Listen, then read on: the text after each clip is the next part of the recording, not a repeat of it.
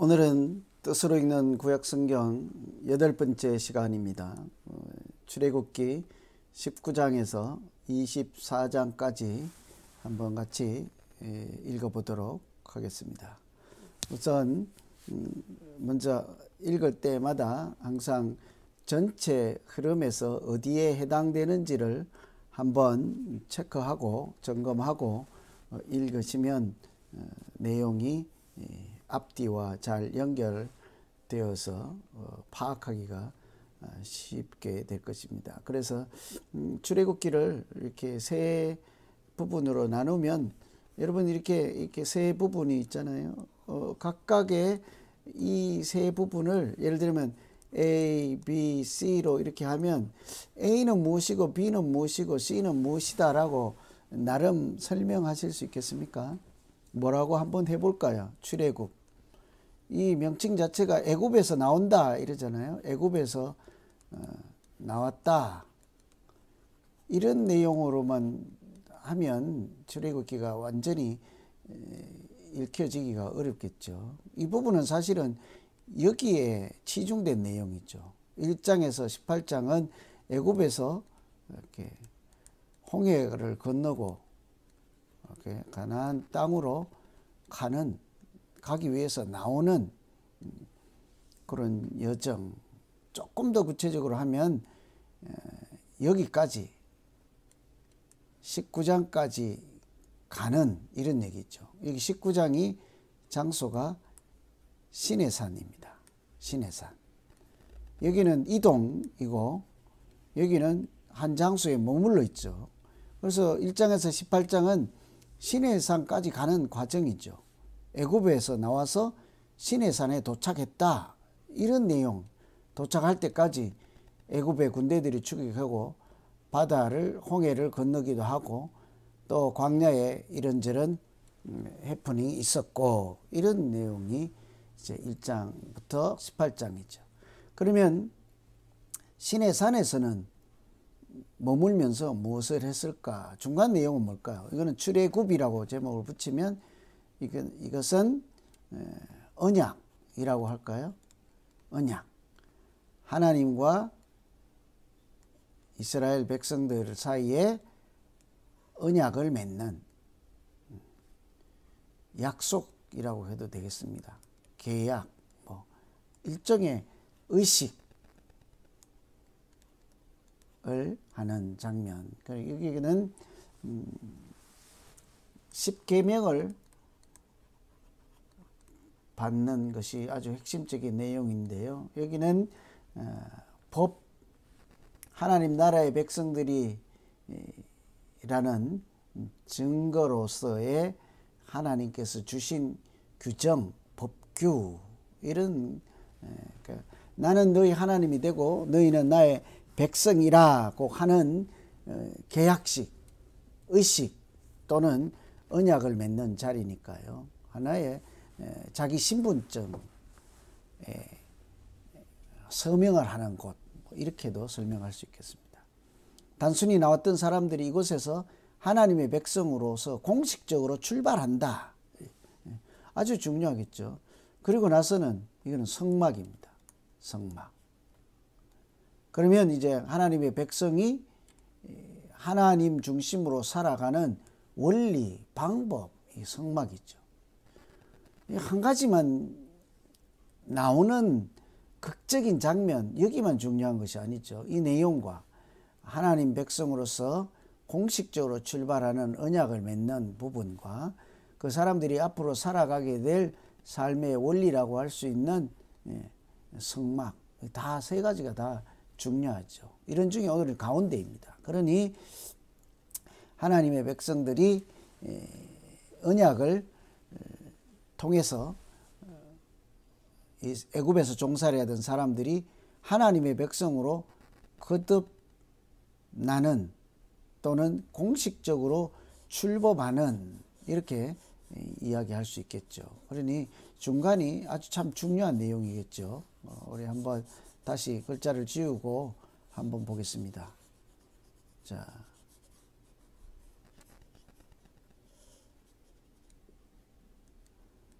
여러분 이 중에 어디가 중요하겠습니까? 여기는 하나님과 그 사람 사이에 계약을 체결해서 하나님이 너희의 하나님이 되고 너희는 나의 백성이다 하고 꽝꽝 이렇게 도장 찍는 것처럼 새로운 신분증을 공식적으로 받는 자리 얼마나 중요하겠어요. 그러니까 실제로는 여기가 제일 중요하겠죠. 이것을 하기 위해서 여기까지 온 거죠. 이것으로 이런 자격, 이런 신분으로 살기 위해서 이것이 필요한 거죠. 그러니까 아주 기초적인 내용. 그래서 먼저 19장 한번 보겠습니다. 애굽에서 나와서 시내산에 도착했는데 시간적으로는 3개월이 지났을 때입니다. 애굽 땅을 나와서 3개월이 지났을 때 이렇게 애굽에서 나와서 중간에 시내산이라고 생각하면 다시 여기에 3개월 걸렸죠. 여기까지 오는데 자 3개월 도착했더니 너희가 내 법규와 언약을 지키면 소유가 되겠고 제사장 나라가 되겠고 백성이 되겠다. 소유 이것은 뭐 내 것 이런 얘기보다 보배로운 존재, 보물 같은 존재, 귀한 존재가 되겠고 너희는 제사장 나라가 될 것이며 하나님의 거룩한 백성이다. 다 이스라엘 하나님 나라 백성들에게 역할에 따라서 또 관점에 따라서 붙여진 같은 이름인 거죠. 그래서 시내산에 도착했을 때 앞으로 하나님이 정해준 법규와 율례를 지키면 이런 귀한 거룩한 백성으로 살게 될 것이다. 그렇게 말을 꺼낸 다음에 시작한 다음에 하나님께서 말씀하여 이르시되 앞에 하나님의 소유 하나님의 백성이 될 것이라 어떻게 해요? 그와 관련되어 있는 말씀을 주시는 거예요. 이 백성 하나님의 제사장 나라가 된 사람들의 증거예요. 나는 너 하나님 여호와라. 너는 여기 제가 일부러 표시했습니다. 나는 하나님이다. 너는 내 백성이다 하는 증거가 다른 신을 두지 말라. 부모를 공경하라. 10가지입니다. 10계명. 하나님에 대한 내용이고 이거는 사람 또는 이웃과의 관계에 대한 개념 설명이죠. 그래서 여기는 다른 신을 두지 말라, 우상을 섬기지 말라, 안식일을 지키라. 다 하나님에 대한 내용이죠. 이런 내용을 4가지 이렇게 규정을 주죠. 그리고 사람하고 사이에 있어서는 부모를 공경하라. 참 이 부분을 조금만 인상 깊게 읽어보면 감동적인 것이죠. 하나님의 소유, 하나님의 백성, 거룩한 백성으로 살아가는데 꼭 기억하고 지켜야 될 것, 하나님에 대한 것, 우상을 섬기지 말고 안식일을 지키고 예배를 잘 드리고 뭐 이렇게 얘기한다면 사회적으로 가정에서 사람들 사이에 제일 먼저 얘기하는 것이 부모를 공경하라예요. 그러니 기독교는 우리가 믿는 하나님은 우리에게 가장 강요하는 것이 부모에 대한 이야기예요. 부모를 공경하라. 교회 다니시는 분들은 부모를 공경하는 데서 아주 특별한 사람이어야 하지 않겠어요? 효자들은 다 교회 다니는 사람들이어야 합니다. 그런데 만일 하나님을 알면서 부모님에게 잘못한다 하면 실제로는 하나님을 잘 아는 사람도 아니고 신앙을 제대로 믿는 사람도 아니라 하겠죠. 아주 중요한 거죠. 그 뒤에 살인하지 말라가 있는 거예요. 살인하지 말라. 간음하지 말라. 도둑질하지 말라. 도둑질하지 말라. 이렇게 거짓 증거하지 말라. 또 이웃을 탐내지 말라. 이런 10가지 사람들 사이에 있는 거죠. 이렇게 하나님의 백성인 증거, 하나님의 소유, 또 제사장 나라로서 살아가는 사람들에게 하나님께서 주신 증거, 신분증을 받으면 시민권이다 하면 여기에 시민이 지켜야 되는 사항들이 있지 않겠습니까? 이거 지키면 시민권 줄게 합니까? 시민권 주면서 시민은 이것을 지킵니다 합니까? 다 지키고 오면 3년 뒤에 시민권 주겠다 하지 않잖아요. 시민권을 따면요, 너는 이제부터 세금도 내야 된다, 이렇게 되는 거예요. 앞으로 세금 3년 동안 잘 내고 오면 내가 시민권 줄게, 그렇게 하지 않는다고요. 똑같습니다. 너는 하나님의 백성이요, 거룩한 백성이요, 제사장 나라가 소유다, 도장을 먼저 찍어주고, 그러니 너는 이처럼 이런 사람으로 살아야 한다, 그것이 곧 계약을 맺은 사람들의 증거다, 이런 거예요. 그 중에 하나님에 대한 것, 사람에 대한 것. 그래서 사실은 우리가 시간만 나면 우리 신분, 믿는 사람에게 당연히 따라오는 신분증과 같은 그런 규정들, 십계명 당연히 외우고, 십계명의 사상과 구체적인 내용과 또 그런 것에 대한 이해를 하고 지키려고 하는 태도는 마땅한 것이라 할 수 있겠습니다. 그래서 교회 다니는데, 신앙생활 하는데 10가지 한번 읊어보세요 해서 모른다, 조금 한번 생각해 보아야 합니다. 여러분 십계명 다 기억하십니까? 아니, 난 모르는데요. 신분증을 따고도 그 신분증의 의미가 무엇인지를 모르는 사람과 사실은 같다고 해야 되겠죠. 그래서 저는 이렇게 외웠습니다. 유, 우, 이, 안, 4개잖아요. 여기 4개. 부, 살, 간, 도, 그, 탐. 6개죠. 3개. 이렇게 저는 이렇게 늘 이렇게 외워서 알고 있어요. 한 번만 외워놓으면 잊어먹지 않죠. 유일신이라는 거예요. 다른 신 섬기지 말라. 우상을 섬기지 말라. 이름을 망령되이 일컫지 말라.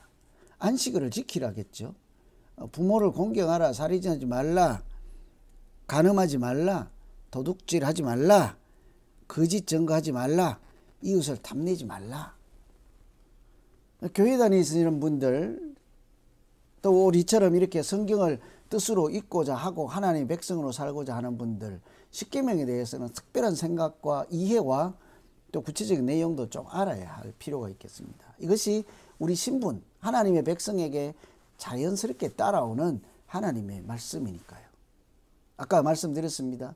지키면 그때 시민권 줄게가 아닙니다. 시민권을 따면, 천국 시민권을 따면 자연스럽게 따라오는 규정이에요. 하늘나라 시민들이 살아가는 모양이 이 안에 들어있죠. 그리고 토단을 쌓고 화목제물을 드려라, 이렇게 20장에 합니다.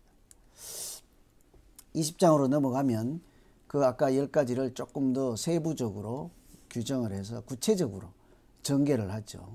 제일 첫 번째, 종. 그래서 21, 22, 23 다 자세한 법 규정 같은 거예요. 그래서 딱딱하다고 할 수 있죠. 그래서 이게 다 많습니다, 내용이. 일일이 다 외우시겠습니까? 고시 공부할 것도 아니고. 그죠? 어떻게 해야 될까요? 여기 뭐라고 하시는가? 전체적인 하나님의 정신, 하나님의 뜻이 어디 쪽으로 흐르고 있는가? 이런 것을 잘 봐야 되겠죠. 다 외우지 못해도. 그래서 한번 보죠. 제가 이게 종에 관한 법이에요. 히브리인이 이제 종이 되면 6년 동안은 종 노릇을 해야 하죠. 그런데 특이한 게 있습니다. 7년째는 풀어주라. 풀어주라. 여러분 무엇을 느끼십니까? 이렇게 이런 것을 6년하고 7, 이 숫자에만 얽매일 것이 아니라, 이것으로 하나님이 무슨 얘기를 하는 건가요? 사람과 사람 사이에 종과 주인, 영원한 주인, 종 없다는 거예요. 사람과 사람 사이에 계급이나 넘나지나 지배자나 이런 거 없는 거예요. 무슨 사연이 있어서 종이 될 수밖에 없었다면 6년 동안 그 대가를 지불해라, 노동으로. 그러나 7년에는 원래 하나님이 창조하신 자유인으로 돌아가라, 보내주라. 네가 그 사람에게 돌려받을 것이 있고 권리가 있다 할지라도 영원한 주인 노릇을 해서는 안 된다. 왜 그러겠습니까? 하나님이 주인이시니까요. 하나님이 그 사람의 주인이시니까. 창조주이시니까요. 이런 성경의 하나님의 정신을 우리가 잘 파악해야 되겠죠. 살인 또는 상해입니다. 사람이나 짐승에 대해서 생명은 생명으로, 눈은 눈으로, 또 이에는 이로 이렇게 상했을 때 어떻게 갚을 것인가. 살인을 하면 함부로 살인하지 못하도록 하기 위해서 벌을 주고 징계를 해야 되겠죠. 또 상해를 가했으면 상해를 한 사람 당연히 앞으로도 그렇게 반복하지 못하도록 제재를 해야 되겠지 않겠습니까? 그래서 우리 그냥 이것을 줄여서 눈에는 눈, 이에는 이, 이에는 이 이렇게 하죠. 눈 하나 상하게 하면 눈 하나 상하게 하겠다는 거. 이 하나 부러지게 하면 나도 똑같이 이 하나 갚아주겠다 하는 거예요. 무엇을 느끼겠습니까? 철저히 갚아라. 가만두지 마라. 우리 생각이죠. 그죠? 하나 하면 반드시 보복해라. 근데 실제로는 그런 뜻이 아니라 이것은 사랑의 법이죠. 사랑의 법. 눈에는 눈, 이에는 법, 사랑의 법입니다. 맹관이 한 사람이 눈을 다쳤습니다. 형제들이 우르르 가가지고 눈 하나뿐만 아니고 양쪽 눈 다 멍들게 하고 손, 발 부러뜨리고 몸도 온 전신에 상처를 주면 눈 하나 잘못 건드렸다가 이 사람 죽게 생겼잖아요. 그렇게 하지 말라는 거죠. 정당하게 어느 정도까지 사랑의 법으로 제한시킨 법이라 하겠습니다. 사람이 사람에게 원수 갚는 것을 특정하게 이렇게 하나님이 다스리고 섭리하시고 징계하고 이런 것을 맡겨놓고 감정으로 이렇게 끝없는 보복을 하지 말라. 이런 사랑의 법이 있죠.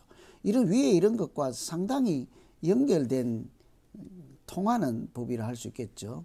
가축도 마찬가지입니다. 가축이 사람을 상하게 했을 때 동일하게 그런 법을 적용합니다. 지금까지 한번 계속 조금만 더 보고 한번 살펴볼까요? 22장으로 가면 이제 배상법이에요.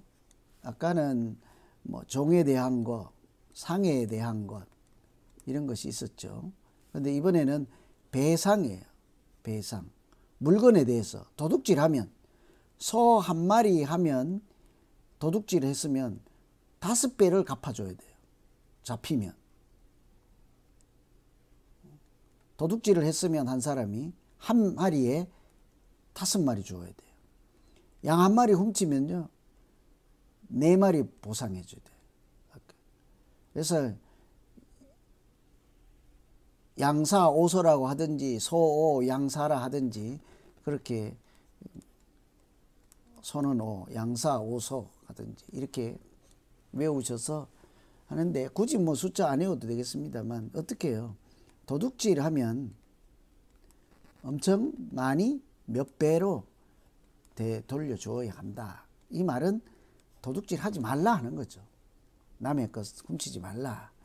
약자 보호 한번 간략하게 한번 보겠습니다.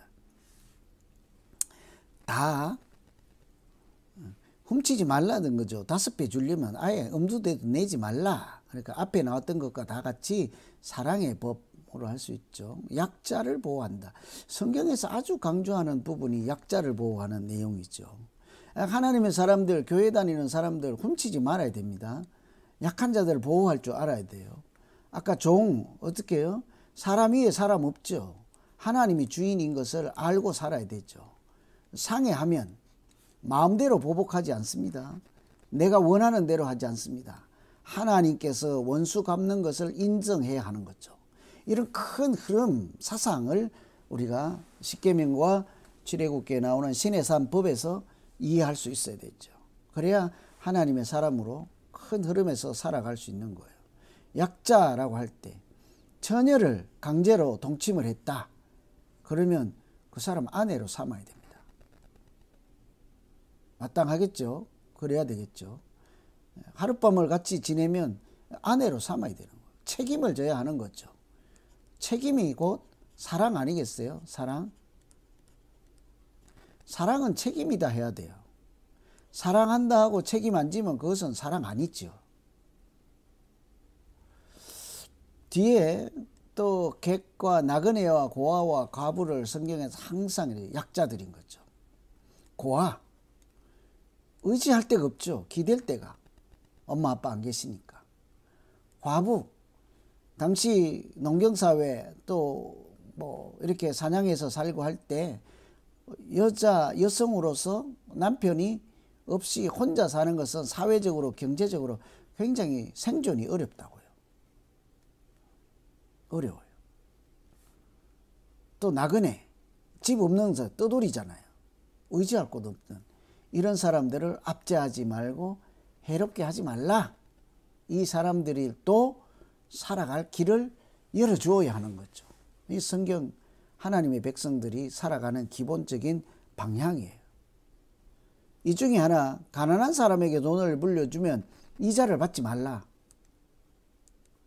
가난한 사람에게 돈을 빌려줄 경우에 이자를 받지 말래요. 가난한 사람을 객과 고아 과부처럼 살아갈 길을 열어주어야 하는 거죠. 그래서 참 이런 것을 보면 성경의 정신이 아주 놀랍지 않습니까? 그래서 우리가 하나님의 사람, 예수 믿는 사람으로 살아가는 것은 사랑하지 않으면 사실은 불가능한 거예요. 사랑의 정신 없이는 믿음 생활하는 것 사실은 불가능한 거예요. 첫 번째 것은 사람이든지 장자든지 짐승의 첫 새끼든지 하나님께 돌려라. 제가 여러 차례 늘 말씀드립니다. 첫 태생, 초태생을 하나님께 드리는 것은 나머지도 하나님의 것임을 인정하는 대표 행위예요.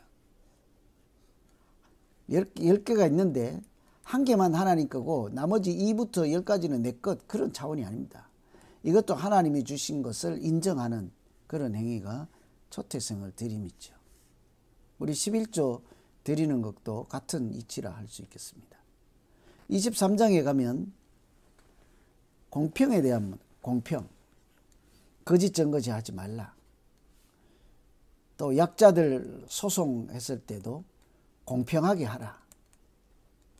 힘없는 사람이라고 해서 소송을 이렇게 어느 강자의 편을 들어서 강자가 이길 수 있도록 하는 건 아니죠. 사심 없이 공평하게 하나님의 눈과 마음으로 해라. 이런 공평에 대한 것이 있습니다. 안식일, 안식년에 대한 내용이 나오죠. 그리고 7년째 농사를 지으면 6년을 땅을 사용하고 7년째는 묵히는 거예요. 농사를 짓지 않는 거예요. 농사를 짓지 않으면 우리가 땅에서 뭐 나올까 싶은데 사실은 포도 농사라고 해봐요. 나무가 올해 내가 쉴게 하고 너희들 내년에는 열매 맺지 말라 그러지 않잖아요. 가만 놔둬도 자연스럽게 열매를 맺지 않겠습니까? 7년째라도 묵히는 거예요. 7년째 놔두라. 이 열매 자연스럽게 7년째도 적든지 맞든지 열매가 맺을 거 아닙니까? 누구를 위해서 줄까요? 짐승들, 새들, 나그네들, 가난한 자들 위해서 주라. 참 놀랍죠. 땅에게도 7년째는 쉬어야죠. 쉴 수 있게. 이것이 7년째 안식, 땅의 안식. 또 사람들도 혜택을 보고 짐승들도 하나님의 은혜를 누릴 수 있게. 6일째 일하고 7일째는 쉬어라. 하나님의 백성들이 살아가는 원리죠. 6일 일하고 쉬어라. 돈 많이 벌기 위해서 나는 못 쉽니다. 깊이 생각해 보아야 합니다.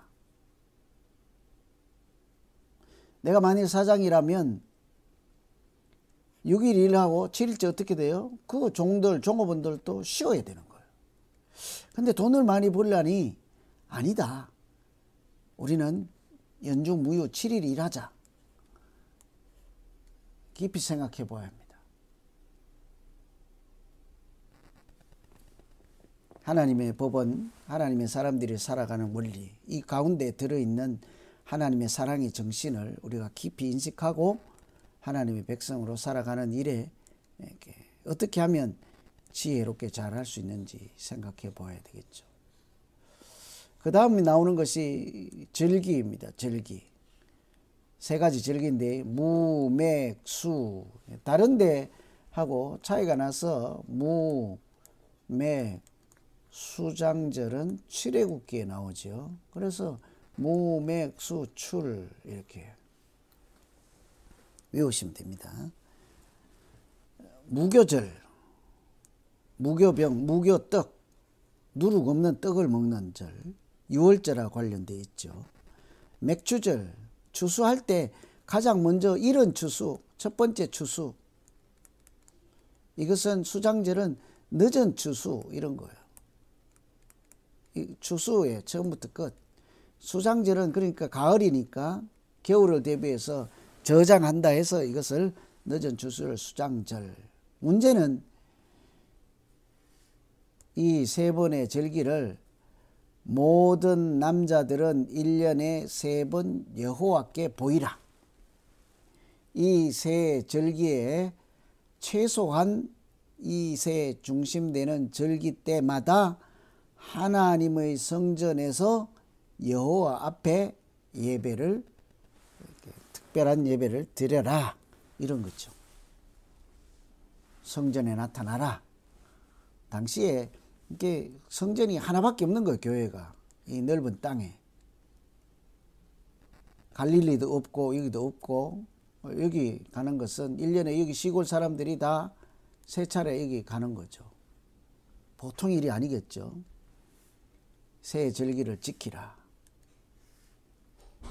그리고 이제 하나님을 섬기면 하나님께서 복을 주시고 왕벌을 먼저 보낼 것이라. 그래서 그 땅에 남아있는 자들을 다 쫓아내고 그 땅에서 약속의 땅의 삶을 누리게 할 것이라. 이런 얘기를 했습니다.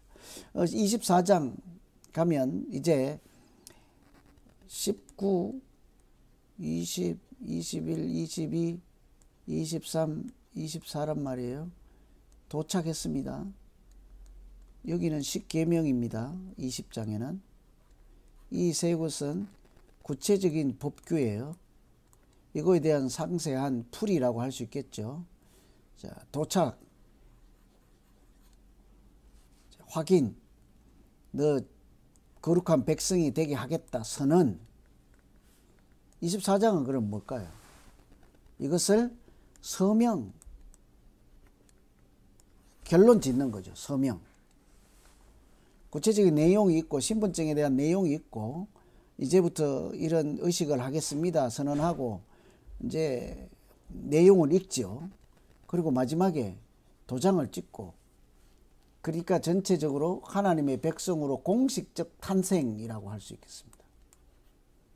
신분에 대한 확실한 의식,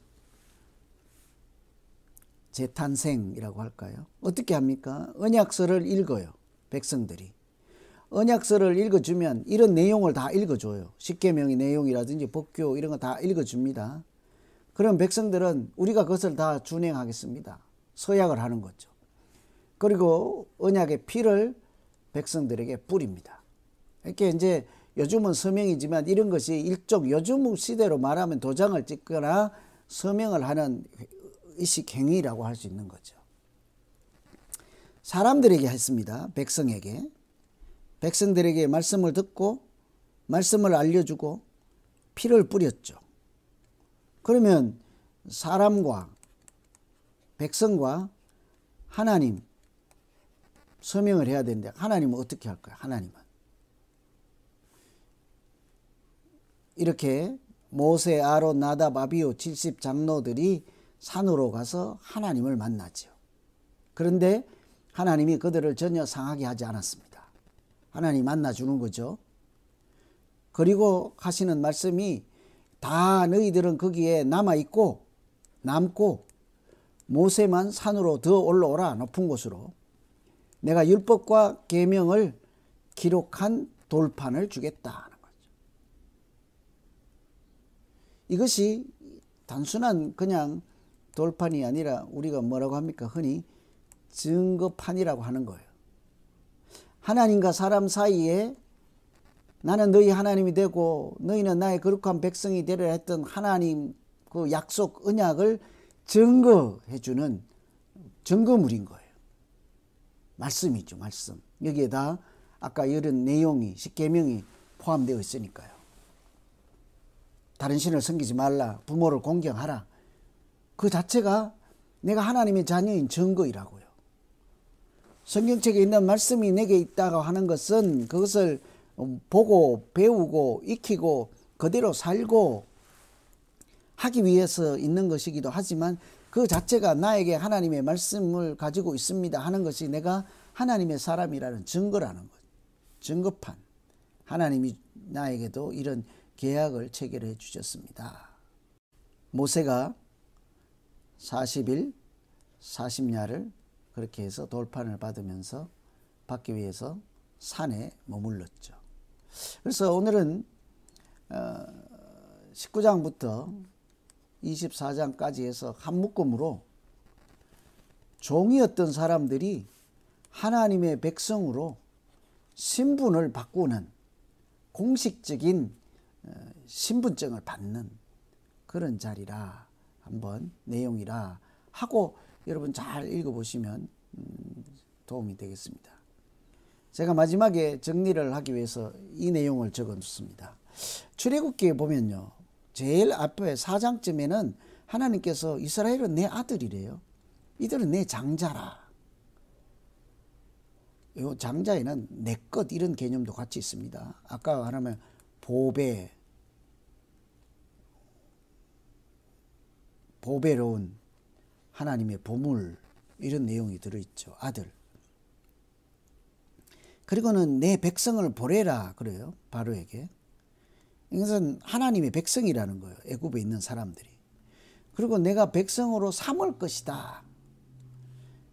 전부 출애굽기에 보면 그 사람들 수많은 이제 60만 남자만 60만 이 사람들을 나오고 뭐 물을 먹이고 만나를 먹이고 하는 것도 좋지만 계속해서 하시는 말씀은 이들은 내 백성이다.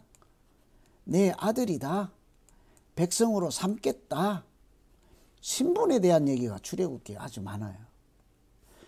12장에 출애굽할 때 초반에 이들은 여호와의 군대라 이렇게 얘기됐다고요. 애굽에서 나오는 종살이 하던 그런 사람들이 아니라 저들은 나의 군대다. 하나님의 군대다 이래요. 자, 신분에 대한 얘기 아니에요. 누구인가 얘기죠. 그리고 오늘 19장에 여기 와서는 드디어 내 소유고 제사장 나라요 거룩한 백성이다 하고 도장을 꽝꽝 찍어주는 장면이 오늘 19장에서 24장까지 내용이라 하겠습니다. 이 부분에 들어있는 것이 십계명이잖아요. 조금 더 구체적으로 풀었잖아요. 이것을 그냥 구약 성경이라고 할 수 있지 않아요? 성경. 여러분 우리 집집마다 성경책이 다 있습니다. 성경. 그것이 무엇을 증거한다고요?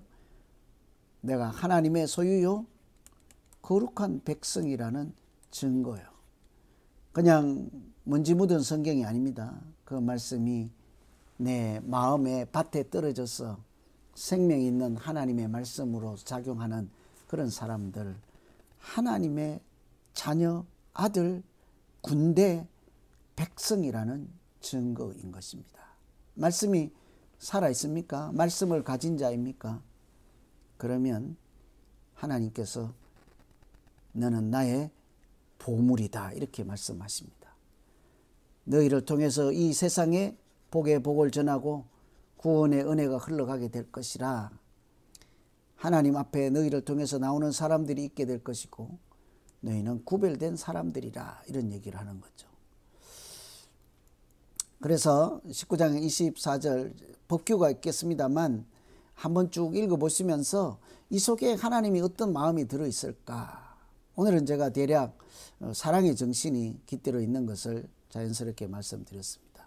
이렇게 해서 좀 딱딱한 부분이지만 한번 19장에서 24장 읽어보시고 다음 주에는 이제 출애굽기 마지막 시간으로 25장에서 40장 성막에 대한 내용 읽어보고 출애굽기를 마치도록 하겠습니다.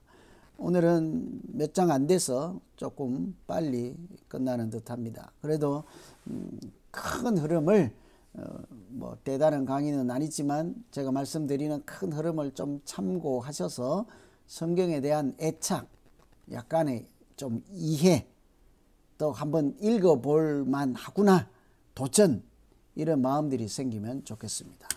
제가 기도하고 오늘 강의 마치겠습니다. 하나님 아버지, 각 가정에서 이 팬데믹 기간에 하나님 말씀을 읽고자 이렇게 같은 마음으로 참여하시는 한 분 한 분 기억해 주시고 성경을 펴놓고 읽을 때마다 그것이 그 말씀이 살아 역사하셔서 하나님이 나에게 주신 사랑의 증표가 되게 하시고 증거가 되게 하시고 내가 하나님의 자녀인 것을 온 세상 또 다른 사람들에게 자신 있게 말할 수 있는 그런 하나님의 흔적이 되게 하여 주시옵소서. 성경 읽을 때마다 하나님께서 잘 깨닫게 하여 주시고 말씀 때문에 가정의 평화 회복하고 이 땅에 하나님 나라가 세워지는 은혜, 또 우리 교회가 또 성령 충만하고 말씀이 충만하여서 하나님 기뻐하시는 교회 되기를 간절히 소망합니다. 오늘 함께 참여하신 모든 분들께 하나님께서 평강 주시기 원하옵고 예수님 이름으로 기도하옵나이다. 아멘.